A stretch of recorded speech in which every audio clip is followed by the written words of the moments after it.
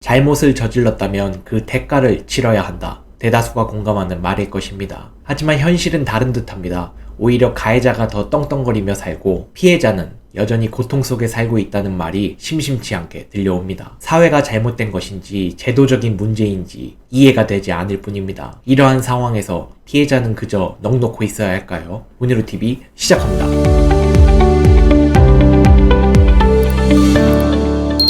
안녕하세요. 훈이로TV의 김기훈 변호사입니다. 자, 오늘은 형사 피해자에 대해서 좀 말씀을 드리고자 합니다. 우리가 뉴스를 보면 범죄, 사건, 사고 끊임이 없는데 이런 일이 있을 때마다 가해자가 더 당당하고 목소리를 내는 것 같고 피해자는 오히려 숨는 것 같다, 이런 말이 많이 나옵니다. 그래서 범죄자 인권만 인권이냐, 도대체 왜 범죄자를 더 보호하는 것이냐, 저도 변호사가 되기 전까지는 이런 부분을 이해하지 못해서 화도 나고 내가 피해자가 됐을 때는 얼마나 억울할까, 이런 생각도 당연히 들었습니다. 왜 이런 것일까? 일단 이 형사재판에 피해자가 사실상 제외되어 있습니다.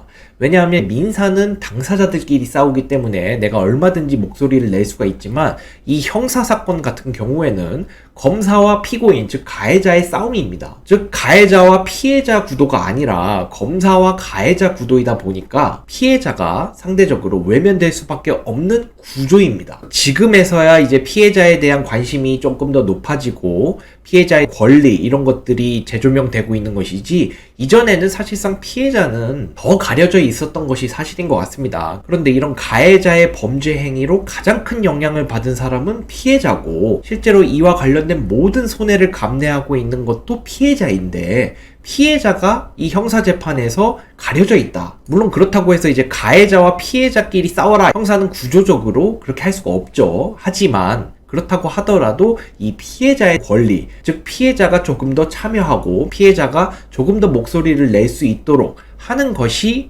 바람직해 보입니다. 그리고 그렇게 나아가야 할 것 같습니다. 그러니까 물론 이제 당사자가 직접 형벌을 내릴 수는 없어요. 그렇게 되면 정말 난리가 날 것입니다. 그래서 국가를 통해야 한다는 이런 제도적 한계가 존재하기 때문에 당사자에게 직접 형벌을 내리고 싶은 대다수 국민들의 법 감정과는 조금 괴리가 있을 수밖에 없는 것도 사실입니다. 이런 제도적 한계 때문에 피고인, 즉 가해자는 피해자에게 큰 관심을 갖지 않고 오히려 재판부에 다시는 이런 짓을 하지 않겠다, 다시는 범죄를 저지르지 않겠다라고 하면서 수차례 반성문만 제출하고 있는 것이지요. 그러니까 이런 반성문은 정말 피해자한테 제출되어야 하고 피해자가 입은 손해 그리고 상처받은 마음 등이 치유되어야 되는 것인데, 피고인이 직접적으로 관심 갖는 것은 결국 재판부의 판단입니다. 재판부의 형량인 것이죠. 그래서 재판부를 어떻게든 설득하려고 하다 보니까 피해자가 외면받는 구조인 것이죠. 자, 그렇다면 피해자는 결국 손 놓고 기다려야 되는 것이냐? 전국적으로는 제도를 통해서 이런 피해자의 권리가 더 두텁게 보호되어야 할 것입니다. 그렇다면 현재 상황에서는 피해자가 어떻게 하는 것이 최선이냐? 제 나름대로 한번 정리를 해보았습니다.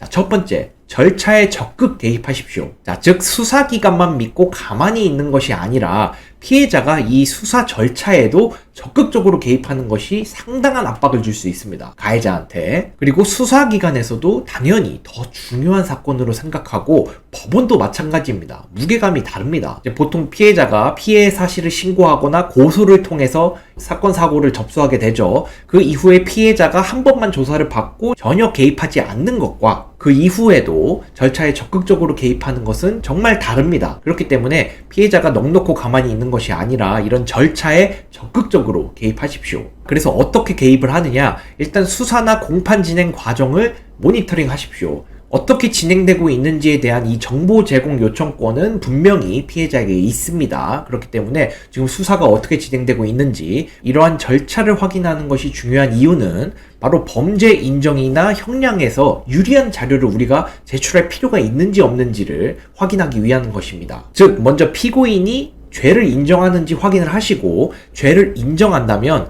범죄 인정에 관한 자료는 이제 충분한 것이고 형량에 관한 유리한 자료를 제출하셔야겠죠.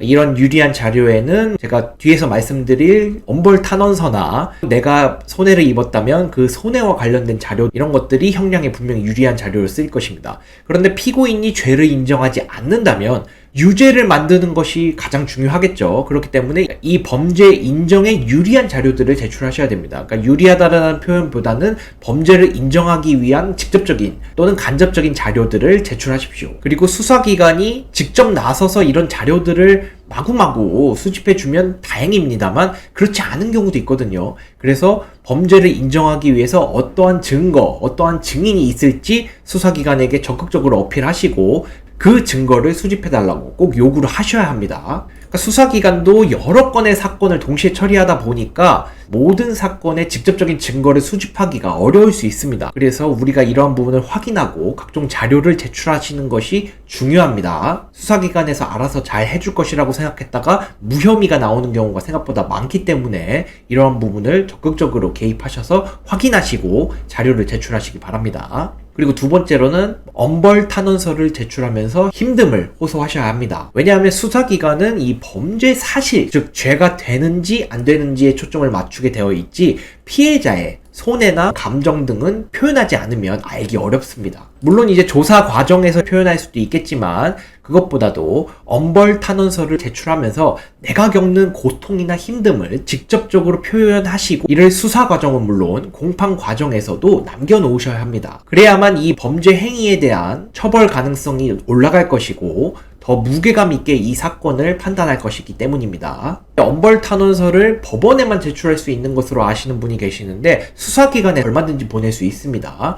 법원 같은 경우에는 공판 절차에서 재판장님께, 즉 법원에 제출하면 되는 것입니다. 그리고 조금 더 무게감 있게 하고 싶으시다면 본인뿐 아니라 가족이나 지인 등의 탄원서까지 제출될 수 있다면 더 좋을 것입니다. 이런 엄벌 탄원서를 작성하는 부분에 대해서는 이전 영상에서 제가 설명해 드린 부분이 있기 때문에 그 부분을 참조하시면서 작성하시고 제출하시기 바랍니다. 그리고 마지막으로 법에 따른 권리를 적극적으로 활용하십시오. 본인이 범죄 피해자이시다면 수사기관의 신변보호 조치 또는 정보보호 조치, 내 정보가 알려지게 되면 보복할 염려가 있죠. 그렇기 때문에 내 정보를 제한적으로 가리는 이를 정보보호 조치라고 합니다. 이런 조치 등을 취해달라고 얼마든지 요구하실 수 있습니다. 그리고 각 지역마다 범죄 피해자 지원 센터가 있습니다. 이 범죄 피해자 지원 센터에 연락을 하시면 내가 범죄 피해자로서 받을 수 있는 지원을 확인하실 수 있습니다. 그래서 경제적 지원에는 치료비나 긴급 생계비 등이 있고 심리 지원에는 심리 상담을 진행해 주는 경우도 있고 법률 지원이라고 해서 이제 법정에 동행하던지 이런 각종 지원을 해줄 수 있는 것으로 알고 있습니다. 그리고 나아가서 성폭력 피해자의 경우에는 피해자 국선 변호인이 배정되게 되고 아동학대 피해자 같은 경우에는 접근 금지 등 여러 가지 조치를 취할 수 있습니다. 마찬가지로 가정폭력 피해자도 가해자를 주거해서 퇴거시킨다든지 이런 신변 안전 조치와 같이 임시 조치를 요청할 수 있습니다. 그래서 이런 범죄 피해자의 권리와 지원 자체는 제가 보기에 더 심도 있게 논의되어야 할 것 같습니다. 물론 이제 범죄 피해자 보호법이 있지만 일반적인 법 감정과 특히 이제 범죄 피해자가 느끼는 본인의 권리 또는 지원 등이 조금 미비하다고 보여지기 때문에 더 발전하는 방향으로 나아가야 할 것 같습니다. 자, 오늘은 이렇게 현 제도 속에서 범죄 피해자가 취할 수 있는 방법 3가지를 말씀드렸는데요. 일반적인 민사와는 달리 범죄 피해자의 경우에는 국가가 나서서 각종 지원과 권리를 보장해야 될 것으로 생각됩니다. 그리고 내가 범죄 피해자가 되었다면 제가 말씀드린 3가지 방법을 고려하셔서 본인의 권리를 적극적으로 행사하시기 바랍니다. 오늘도 영상 시청해주셔서 감사드리고 다음 영상으로 찾아뵙도록 하겠습니다. 감사합니다.